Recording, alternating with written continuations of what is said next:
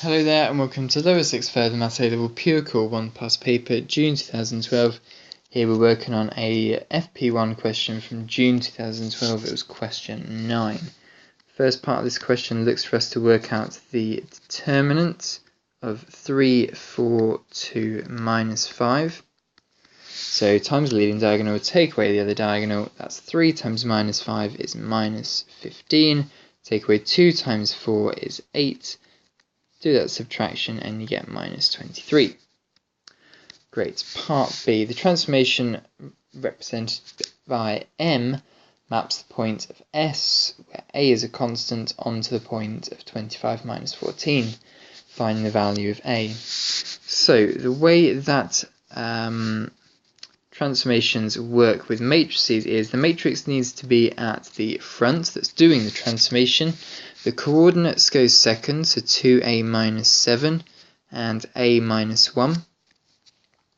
And you transform the matrix by the coordinate and you get the image. So that's 25 minus 14.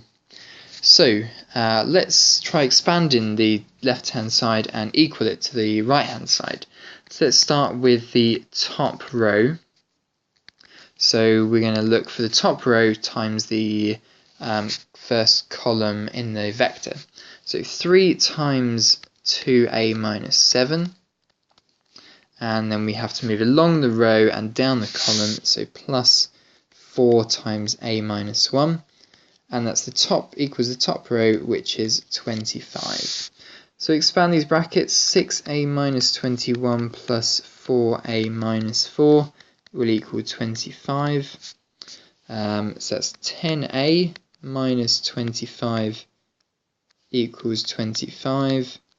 So 10a must equal 50. So a must equal 5. Perfect.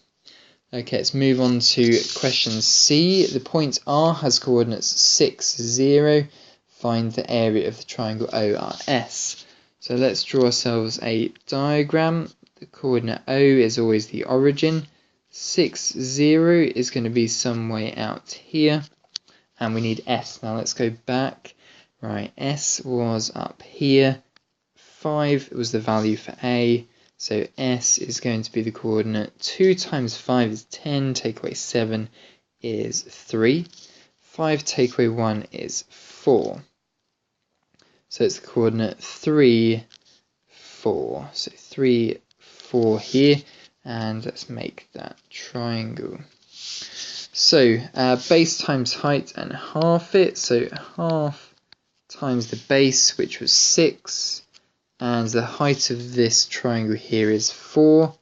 So half times 6 times 4 is 12 units squared. Okay, part D, the triangle ORS is mapped onto triangle OR'(S') by the transformation represented by M. So what happens here? As a shape is transformed by a matrix, the area of that shape is transformed by the determinant of the matrix that's doing the transforming. So we don't know that wasn't part A, that was part C. Part D is going to be the area of the original shape, ORS, and the new area is going to be multiplied, it's going to be a multiple of the original area by the determinant of the matrix that's doing the transforming, and the modulus of it as well. That takes into account we can't have negative areas. So the area for the original shape was 12. The determinant of M was minus 23.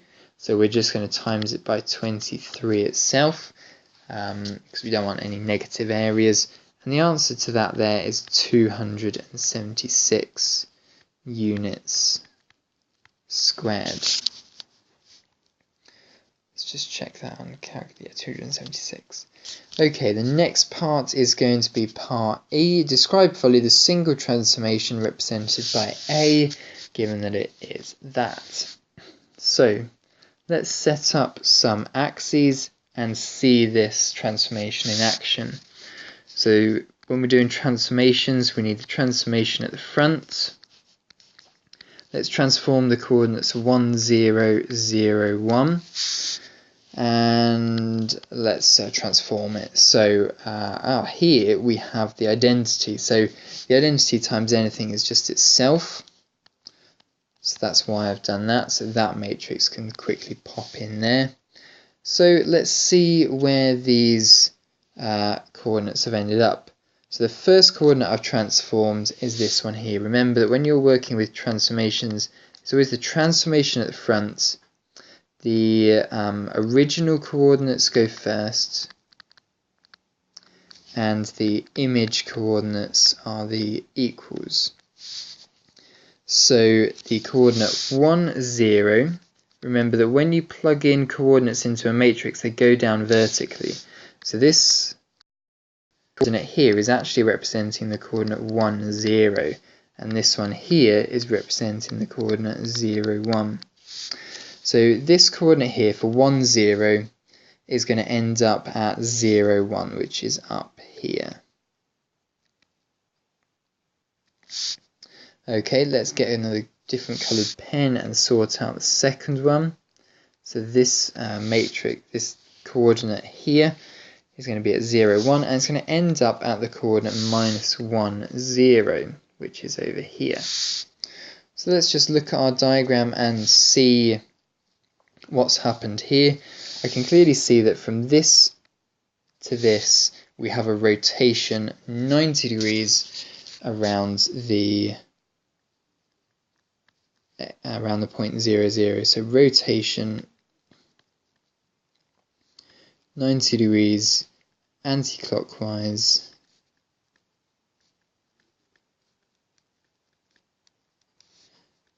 around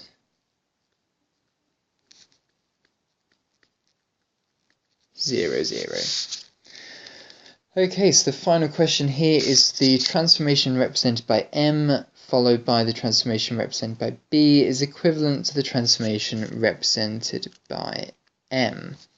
So when you have matrices that are transforming one followed by another, in actual fact the order of those matrices is then reversed. So you want the first matrix to be as close to the set of coordinates that you'll apply it to as possible. So both of these transformations is going to equal the M transformation. Let's just go back and record the matrix for M, 3, 4, 2, minus 5. And then we need the matrix B, and we've got the matrix A up there.